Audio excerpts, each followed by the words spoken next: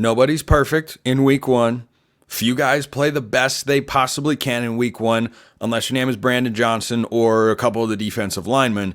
There are guys that have to improve. I'm going to give you 3 names here. 3 names that for Oregon to beat Boise State and cover that 18.5 point spread, win by 20 plus points against the preseason Mountain West favorites and one of the G5 playoff contenders as well. If they're going to accomplish that, these 3 guys have to be better. Number 1, Johnny Cornelius. Figure out where the line of scrimmage is. I think that's an easy fix. Let's not forget that one of those, I forget when the second one was specifically, but one of those derailed a chunk play on a drive that ended up leading to no points. If that penalty doesn't happen, again, small thing, little thing, easy to correct. Does Oregon wind up getting points on that drive? Does the game have a completely different feel? Yes, it could. Should the margin be that thin between a blowout and a close game against Idaho? Nope, it should not. Was it on that day? Apparently so. But a Johnny Cornelius allowed the strip sack of Dylan Gabriel in the first half. The offensive line's pass protection altogether has to be better.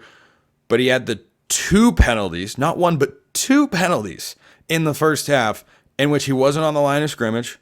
And then he got beat for the strip sack. Johnny Cornelius is, by NFL draft scout accounts, going to be selected. Don't know about a first round guy, but certainly an early to mid round projection in the NFL next year. He is that sort of talent. He has been good to great since the moment he stepped onto the field for the Ducks last year. Came over from Rhode Island and boom, made immediate impact. He's a veteran guy. He spent 2 years at Rhode Island. This is his second year with Oregon. Same offensive line coach, same offensive coordinator, just a new quarterback. Now, there was a different center. I'm not going to discount anymore how big of a change that can be for an offensive line. Different guy calling the signals, making sure everybody's on the same page. They clearly weren't. They were not at their sharpest, and Cornelius was at the center of that. But given his track record and the number of good games he has put on film, yeah, I expect him to bounce back in a pretty significant way. And number 2 is the guy that is slotted right next to him to his left, Epon laaulu, or Poncho, who was a breakout performer as a true freshman last year. Did not expect a true freshman offensive lineman to play, but he did. Was playing essentially a starter's number of snaps. Didn't have questions about him coming into the year. He had a bad game. He got beat for a sack.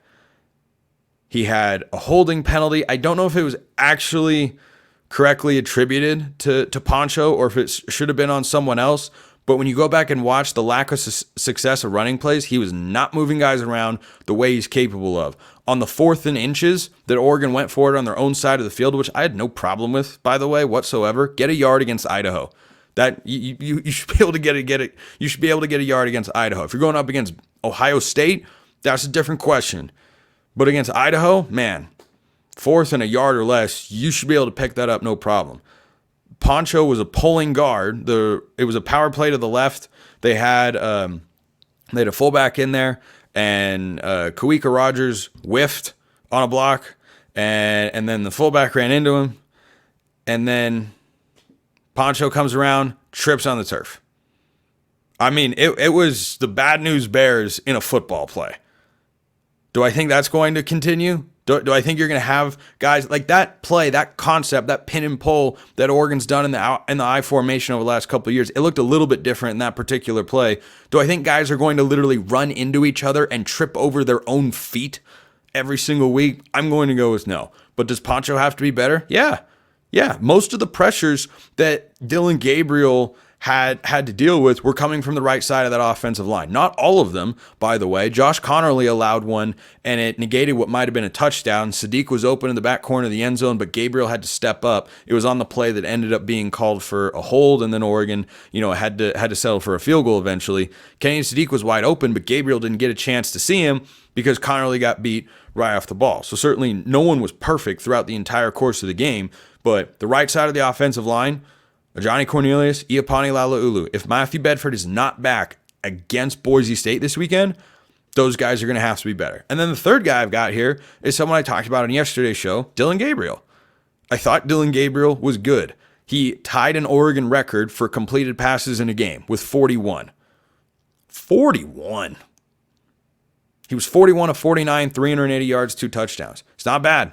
It's not bad. But whether it's making the right reads, a willingness to look downfield, accuracy down the field, or trusting your offensive line to give you time, which I understand if he didn't have the utmost trust in the offensive line because they allowed far too many quarterback pressures in that game, Gabriel has to be able to complete some passes down the field and create explosive plays for the offense. Just has to happen. It doesn't have to look like last year's Washington or 2019 LSU. It doesn't have to be that consistent. It just has to be present. It has to be a threat. You have to be able to bring to the table what Bo Nix and Troy Franklin did last year. And if Evan Stewart is your downfield guy, or if it's Trayshawn Holden, or if it's Kyler Casper, doesn't matter. You have to find explosive plays in the passing game and get you some chunk yardage or get some easy touchdowns. That was lacking. Everything else Gabriel did on the short stuff and intermediate stuff, he was really good. He was really good. Didn't make a lot of dangerous throws. I think he only had 1 or 2 that could have been picked off by a defender. He was accurate. He was throwing a tight spiral. Didn't look like that hand injury he suffered early in the game was bothering him at all. But certainly, that's the other aspect. And if Dillon Gabriel is the number 3, this is, again, a silver lining optimism point for Oregon fans out there. If Dillon Gabriel is the 3rd guy I come up with to which I have to say he's got to be better, that's a good place to be. Because everyone else performed exactly how I expected him to. I thought both running backs looked great. There was some chatter in the YouTube comments about don't give it to Whittington, go with Jordan James. Newsflash, neither one of them can go anywhere if there are no holes along the offensive line. Noah Whittington looked healthy, Noah Whittington looked agile, and he just didn't really have anywhere to go. Both guys, whatever, give them the run. Like I think both are tremendous running backs. No qualms. Wide receivers looked great. Tight ends, awesome. Defensive line, fantastic. Linebackers, would like to see him be a little bit healthier and see more Jeff Bossa, Justin Jacobs on the field at the same time. Secondary, 2 interceptions, 2 of 12 on 3rd down, and 217 total yards with very few coming on the ground. Like, everybody else performed just how I want him to. But Ajani, Poncho, Gabriel, 3 guys, has to be better against Boise State.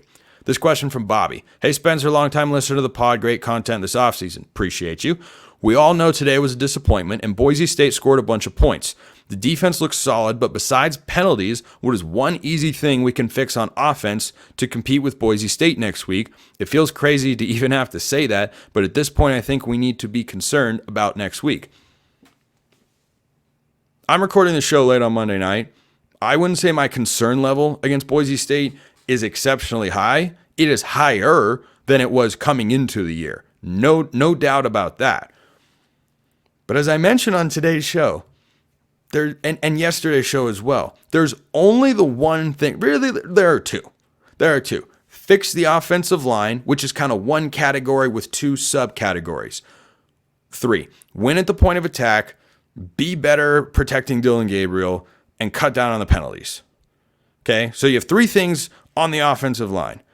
If you do that, though, I suspect, given what I saw Dillon Gabriel do last year at Oklahoma, he's going to have more success pushing the ball down the field. When he does take those shots, he's got to be more accurate. He took one to Evan Stewart and was just a little bit off early in the game. Didn't really take one after that. But on that ball in particular, you got to give Evan Stewart a chance to catch it. You got to give him a chance to go up and get the ball, and he didn't. And that's the risk you run, of course, pushing the ball down the field. It's a lower percentage pass. But if there was one thing that I had to look at, it'd be the pass protection. No, pass protection second. I changed my mind. It'd be the run blocking. Because if Idaho, I heard some chatter about, and I think Gabriel was talking about how they were running a lot of 2 high safety to take away the deep shots. Your answer to that has to be, we can just run the football down your throats and get 6 to 7 yards a carry. If you do that, that opens up the deep passing game. That makes linebackers freeze on play action. That allows you to be more multiple and not only have a quick passing game, which we know Will Stein can scheme, we know Dillon Gabriel can execute, and we know those receivers are really good at it. So I'd say the run blocking is one thing. If you figure out how to run block and the pass protection is still iffy and the penalties are still there, I think the offense is dramatically better. But if you fix 2 of those things along the offensive line, pass pro, run block, penalties, you fix 2 of those, Oregon can roll against Boise State because their defense gave up almost 50 to Georgia Southern last week. Not great. Oregon's got a lot more talent than Georgia Southern, and Boise State's offense is a more potent threat than Georgia Southern's or than Idaho's was on Saturday, to be sure. But if Oregon fixes what they have to correct, Boise State cannot play at Oregon's level. But that's an if, and that's why we play the games on the field.